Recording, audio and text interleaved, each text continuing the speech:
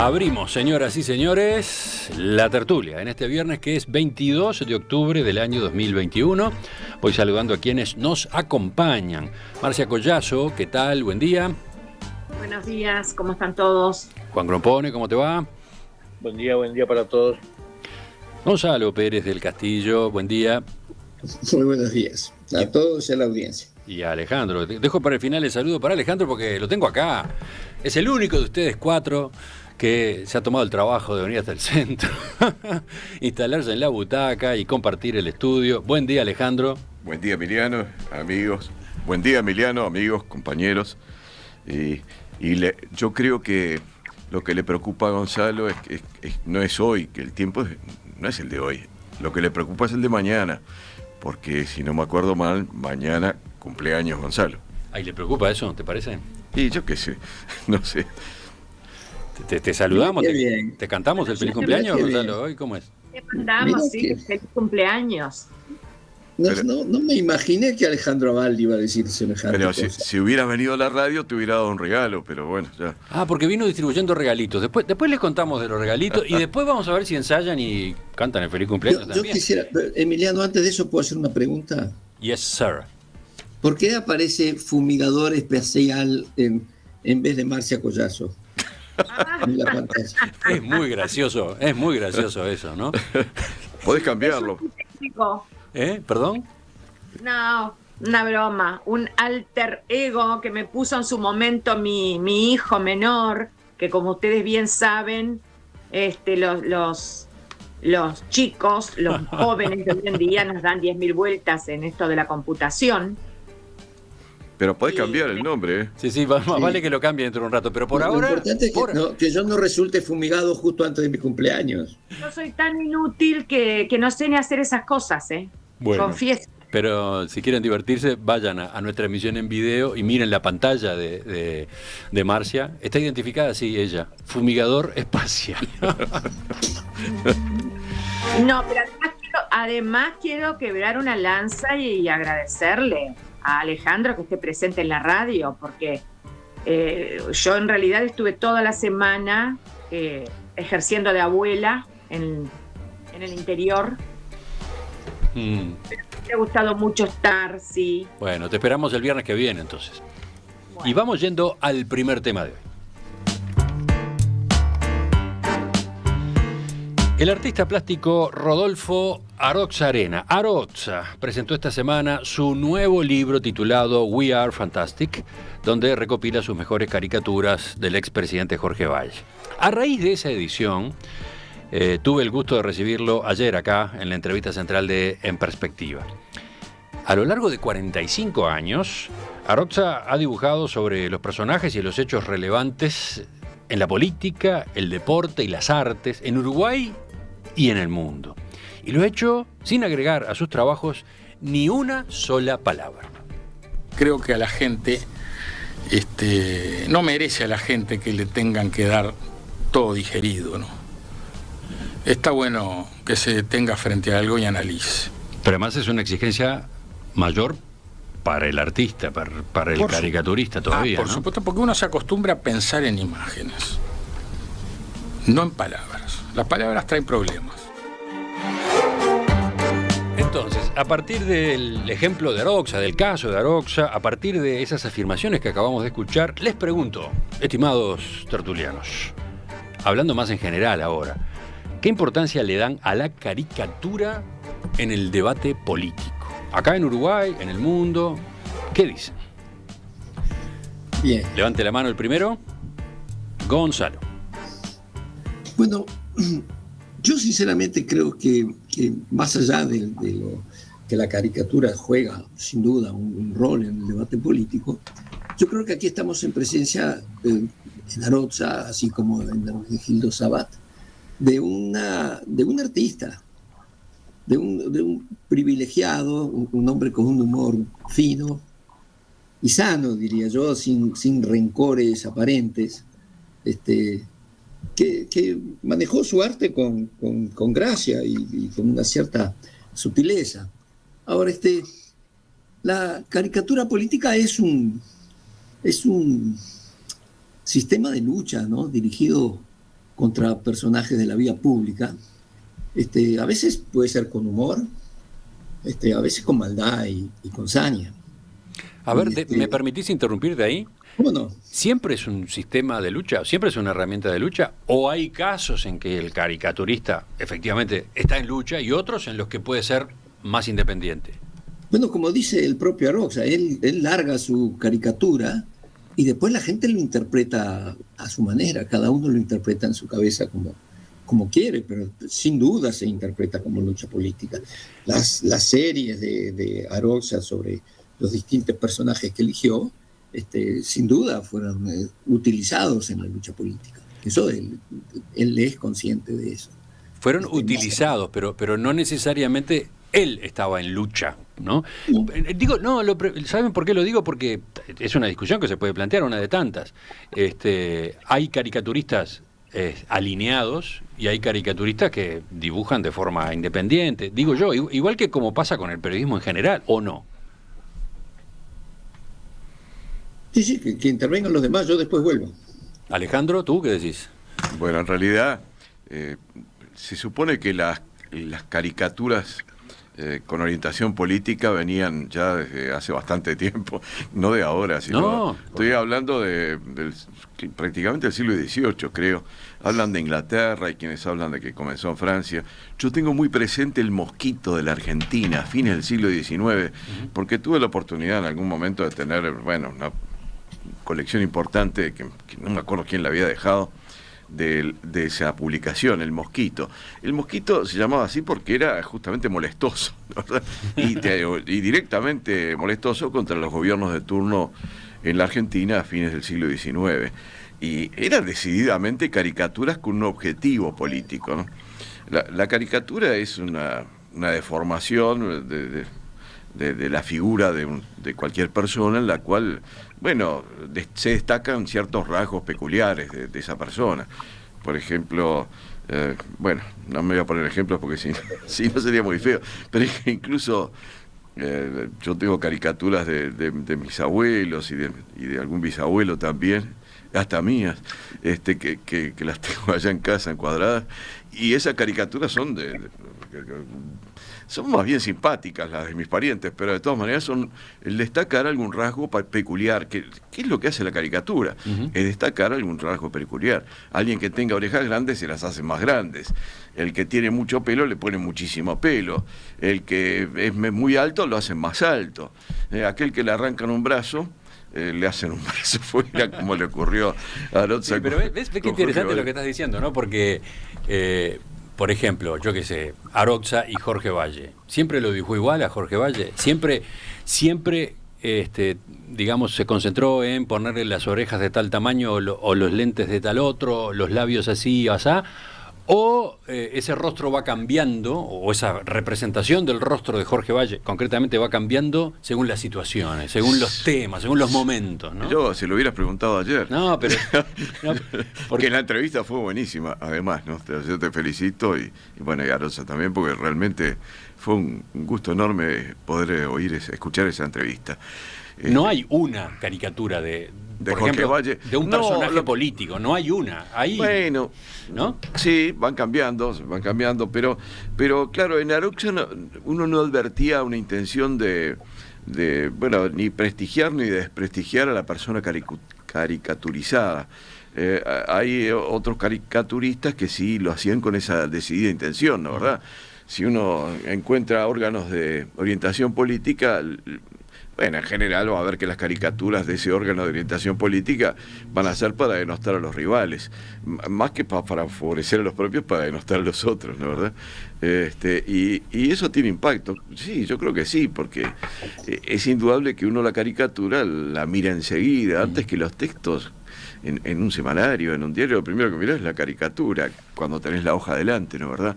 Por lo menos es lo que me pasa a mí. Y qué especial la opción del caricaturista que decide no usar texto. Bueno, eso no sí. Todos van por ese camino, ¿no? Pero en general cuando Arocha decía eso ayer, respecto a él mismo y tú también, respecto a Arocha, yo me quedé pensando no sé, recordando, por supuesto, de memoria, en general no usan textos los caricaturistas. A veces ponen algún cartelito, algo, pero no a la persona expresando o haciendo comentarios sobre la persona caricaturizada. No, ahí discrepamos, Alejandro. Hay muchos ejemplos de caricaturistas que juegan con el texto también, con los diálogos, ¿no? Mirá, porque el caricaturista además no se ocupa solo de una persona, ¿no? Muchas veces caricaturiza una situación y en esa situación aparecen varios personajes, ¿no? Te puedo hacer un comentario que no tiene mucho que ver con esto que estás diciendo, pero sí con las caricaturas. ¿Sabés quién era y debe seguir siéndolo, un excelente caricaturista, pero excelente, de mi generación? Un arquitecto que se llama Carlos Ott. Carlos Ott. Carlos, por ejemplo, cuando estábamos en segundo de liceo y él estaba en cuarto de liceo, le pedimos que hiciera una caricatura de nuestros profesores. E hizo un cuadro que lo tengo encuadrado en casa, porque se imprimió en una revista y salió por todos lados, donde están todos los profesores. Hizo una maravilla lo que hizo Carlos Ott, sin ningún texto, pero destacando perfectamente los rasgos de cada uno de la docena de profesores que teníamos. Ya tenés dos deudas. Nos debes la caricatura tuya, esa que no sé dónde guardás, y esa otra hecha por Carlos Ott. Sí, cómo no. Tenemos que publicarlas en la cuenta en Instagram. Te las pasaré este fin de semana. Sí. Bien. Bueno, sigamos. Marcia. Bueno, yo les acabo de enviar al correo de ustedes una caricatura que me hizo Ombú hace muy poquito. Ya mismo la vamos a poner en pantalla. Sigamos. Espera que ya se la pasamos a Felipe ahí en la operación de video. ¿Decías entonces? Porque como no estoy en mi casa en este momento, si hubiera estado en mi casa les habría mostrado un magnífico libro de caricaturas sobre, problemas latinoamericanos, caricaturas del siglo XIX, formidables, más o menos desde mediados a fines del siglo XIX, caricaturas políticas, ¿verdad? Donde están, por supuesto, países como Nicaragua, incluso Argentina, Brasil, pero también están Inglaterra, Francia, Alemania, etcétera. Y creo que sí, no me quiero olvidar, antes que nada, de mencionar las caricaturas del diario El Siglo, en Uruguay, en Montevideo, que fueron impresionantes en su momento, muy olvidadas hoy en día. ¿De qué año estás hablando? Segunda mitad del siglo XIX. Segunda mitad del siglo XIX, más bien los años 80, 90. Exacto, sí, más bien los años 80. Y además venían con un versito, se hacía un verso tipo soneto que, pretendía dar cuenta de lo más importante de la personalidad de ese caricaturizado. Eran formidables. Hoy en día son material de análisis y de investigación histórica. Y me parece que sí, que la caricatura es una cosa fantástica, que se la ha considerado de alguna manera apartada de los cánones del arte, ¿no? Eso lo dice muy bien Gombrich, el crítico de arte inglés, y lo recoge Humberto Eco en Historia de la Fealdad. Porque sí, la caricatura siempre es como una deformación a propósito, pero tan sabiamente realizada cuando es buena, que refleja el alma, los atributos más importantes de esa persona. Sí, ayer Arocha en un momento hablaba de retrato psicológico, que es una posibilidad, es una variante de la caricatura, ¿no? Sí, exacto, porque yo creo al menos, ¿no?, que en mi opinión personal, tiene que justamente asomar el alma, sea para bien, sea para mal, sea para denostar, como sabemos que muchas veces lo hace la caricatura, o por el contrario, para exaltar determinadas virtudes que también, pensemos en las caricaturas de Mario Benedetti, de Vilariño y de tantos otros creadores de nuestro país. La caricatura política ya es otra cosa. Entonces yo no quiero tomarme demasiado tiempo, simplemente decir que así como existe la parodia en términos generales, como sátira, como humor mordaz, o como, poner el dedo en el ventilador de determinados problemas, que muchas veces son problemas políticos, económicos y sociales, y no necesariamente en ese orden, Entre ellos puede estar la corrupción, por supuesto. Todo ese conjunto, toda esa amalgama, siempre se consideró que estaba como aparte, por fuera del canon del arte. Y esto me parece que es pecar de injusticia en muchas ocasiones. Porque una buena caricatura sigue siendo una obra de arte. Y les voy a mencionar para cerrar mi intervención El grito de Munch, que no es una caricatura, es una pintura de fines del siglo XIX, pero que sin embargo fue vista por el gran público como una caricatura, es decir, una deformación. Y Gombrich dice, Munch cometió un pecado, cometió el pecado de deformar un rostro, pero para afearlo. Si lo hubiera deformado para embellecerlo, nadie hubiera dicho nada. Los oyentes también participan y leo este mensaje antes de darle la palabra a Juan. Luis dice: la fotografía nos muestra el cuerpo de las personas. Las caricaturas nos dan un momento de su alma. Y este señor en particular, Arocha, dice, lo hace muy bien. ¿Seguimos, Juan? Bueno, yo creo que hay diferentes tipos de caricaturas, es decir, que no voy a hacer un análisis exhaustivo. Por empezar, hay caricaturas buenas y malas. Bueno, eso parece bastante fácil de concluirlo, pero bueno, ya. Bueno, las malas son las que tienen un contenido ideológico, es decir, que no son realmente no describen una situación transmitiendo un mensaje, sino que transmiten una ideología simplemente. Esas son las malas. Hay caricaturas sin texto y con texto, y creo que las mejores son las que no tienen texto, como las de Arocha. Pero también quiero recordar a un enorme caricaturista que no era tal cosa, que era Quino. Y quiero recordar dos obras maestras de Quino, porque son absolutamente inmortales y por su mensaje. Una es una caricatura en que en lo que se ve es una estatua partida por la mitad y evidentemente en el medio de una tormenta eléctrica. Y lo único que hay es una palabra en el pedestal que dice Franklin. ¿Qué dice, perdón? No te oí. Franklin. Ah. En otras palabras, es el homenaje al rayo que le cayó a la estatua de Franklin por la osadía de haber intentado demostrar que era un fenómeno natural. La segunda que quiero demostrar por su gigantesca mensaje es una en que tiene dos cuadritos nada más. En el primer cuadrito aparece una sala totalmente desordenada, la señora de la casa señalándose a la doncella que la ordene, con el dedo así simplemente, ¿no? Como diciendo, ordena todo esto. Y en la segunda aparece todo absolutamente ordenado. Y lo más interesante de todo es que el cuadro de Guernica, que estaba en la sala, también sí, quiero recordar.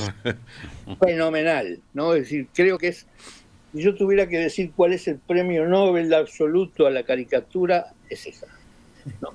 Bueno. Mirá qué rápido, Felipe, nuestro operador de video, ya puso en pantalla ese dibujo de Quino, ese en particular. También hay caricaturas nacionales o extranjeras, ¿no? Es decir, también hay caricaturas extranjeras. En particular, por ejemplo, en Búsqueda se entretiene en publicar una página de caricaturas que en general son norteamericanas. Sí. Lo interesante... A veces argentinas, ¿no? Algo argentina, cada vez menos. Lo interesante es que uno entiende la situación norteamericana a pesar de estar en otro país y de tal vez no conocer los contextos, ¿no? Es decir, es impresionante la expresividad de esas caricaturas. Están muy bien elegidas. Y por último, quiero recordar otro caso vinculado con las caricaturas, que es a Charlie Hebdo. Es decir, que el fundamentalismo no tiene sentido del humor y es capaz de hacer la masacre que hizo por un dibujo de Mohammed que publicó en la carátula Charlie Hebdo. Y esto muestra que la caricatura puede tener una fuerza absolutamente inesperada, para inexpresividad. En eso quiero hacer un homenaje a Charlie Hebdo. Bueno, los oyentes, ¿qué añaden? Nombres. Y acá, claro, no podemos nos podemos poner a discutir hasta dónde hay que llegar con la lista, ¿no? ¿Qué nombres? Julio E. Suárez. Estoy mirando, claro, acá estoy mirando este mensaje en concreto que dice: por favor, no se olviden de Julio E. Suárez. Pelo duro, efectivamente, ese era el seudónimo, ¿cómo llamarlo? Julio E. Suárez. ¿Qué ubicas tú a propósito de Pelo duro, Alejandro? No, bueno, sí, muchísimo, pero tampoco quisiera que nos limitemos a recordar A ver, estamos hablando 1934, del comienzo de la tarea de Julio Suárez en la revista Mundo Uruguayo. Su obra más famosa y longeva fue Pelo Duro, una tira cómica diaria con personajes inspirados en la realidad uruguaya del momento, creada en 1933 y publicada en los diarios El País, La Mañana, El Nacional, El Popular, Marcha, Época, Justicia y El Diario. En toda la prensa. Y después hubo un semanario de humor dirigido por Julio E. Suárez que se llamaba Pelo Duro también. Ese no me acordaba, pero bueno, ya. Tengo acá alguna foto que puedo pasar. Es que yo no había nacido, Yo tampoco. Pero no, bueno, sí, pero también recordando, Sabat, también Hermenegildo Sabat, digo, para decir personajes que fueron grandes caricaturistas. Hermenegildo Sabat es un nombre uruguayo que se inició además en el periodismo de nuestro país, en El País en particular, y que después saltó a Argentina, donde se consagró definitivamente en Clarín, ¿no? Pero era uruguayo. Fue la firma de Clarín y quizás el caricaturista, además de artista plástico por su lado, ¿no? Sí, pero quería recordar una cosa también.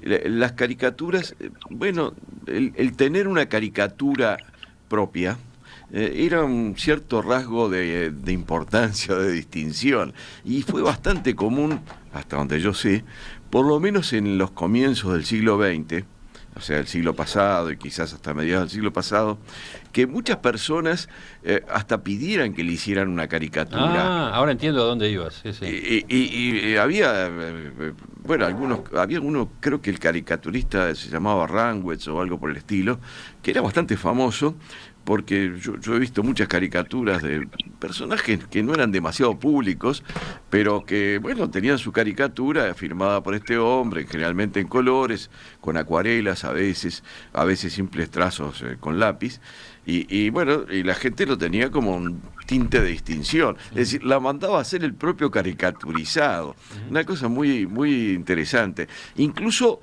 hasta donde he visto, porque en algún caso lo pude comprobar, las hacían sobre la base de fotos. Es decir, tomaban la foto del personaje y hacían la caricatura idéntico, por supuesto exagerando los rasgos que aparecían en la fotografía. Fue algo que creo que fue bastante común, por lo menos en el Uruguay, quizás la primera mitad del siglo XX. No sé si los compañeros comparten esta observación que estoy haciendo. ¿Sí? ¿Comparten? No, yo no sé si estuvo tan extendida la caricatura. Yo me quedé pensando en otro tipo de cosas como las fotografías pintadas y los bebés desnudos rodeados de sucesivas fotos de sus caritas en primer plano. La caricatura, me parece que no estuvo tan extendida, aunque puede ser. Sí pienso en los viajes, sí pienso en los caricaturistas que están en las plazas y en las calles, y que a veces son muy buenos, incluso en nuestro país, Sí, Hoy es posible encargarse de una caricatura al paso, ¿no? En Montmartre siempre me acuerdo que hay gente que está dedicada especialmente a hacerte caricaturas de los turistas, digamos, que pasan por ahí, te tienen ahí una media hora, y también lo he visto acá en Uruguay, Marcia, seguramente tú también, de repente en alguna plaza... Sí, claro. Unas plazas, en balnearios, en fin, en varios lugares. Sí, a veces no son caricaturas, sino que son retratos dibujados a lápiz, en general, a veces muy bien hechos, sobre la base de la persona que se sienta adelante para que se lo hagan. Pero en algunas ocasiones son caricaturas realmente. Y yo recuerdo, especialmente en Montmartre, porque he visto más de una vez varios, que lo que están haciendo es caricaturas del turista que, bueno, les paga para que la hagan. Y son excelentes. Sí, o todo un equipo de, ¿cómo llamarlo? Caricaturistas a lo político. Identificados con publicaciones de izquierda en Uruguay, fines de los años 60, principios de los 70. Quizás los nombres más fuertes que yo recuerdo en este momento son los de Blanquito, Pancho y Gaucher o Goyer, ¿no? Por ejemplo, en el suplemento La Balota, en El Dedo, en Marcha. Bueno, ahí estás hablando ya del final de la dictadura, ¿no? Sí, pero el dedo y Guambia. Y luego, Guambia. ¿No? Me acuerdo una tapa de Guambia en la que aparecía, decía el sueño del pibe, y aparecía la Isla de Flores con una cantidad de personajes, no sé si alguno de ustedes la recuerda, la Isla de Flores con una cantidad de personajes y enseguida decías, este es el sueño, pero no fue al fin, fue antes de la dictadura, en la época de Pacheco Areco fue. Entonces, no. Sí. El dedo no. Sí, no, pero el Guambia estoy diciendo. Bueno, era una de esas publicaciones. El dedo comenzó a editarse en el final de la dictadura, en la época de la, ¿cómo decirlo?, de la resistencia a la dictadura, y cuando el dedo es clausurado, surge Guambia como Guambia después. Claro. Bueno, pero ¿cuál era el que había antes de la dictadura? Una publicación de izquierda semanal. Bueno, esa la guardé, la tendría que buscar. La que yo recuerdo es La Balota. La que yo recuerdo es La Balota. No era eso. Bueno, pero dirán los oyentes. Era la isla de Flores, y bueno, se veía una cantidad de personajes y decía el sueño del pibe, y no decían qué era, pero se suponía que estaban diciendo que Pacheco Areco quería que toda esa gente estuviera en la Isla de Flores. Seguimos, ¿quién? No me dejan hablar. No.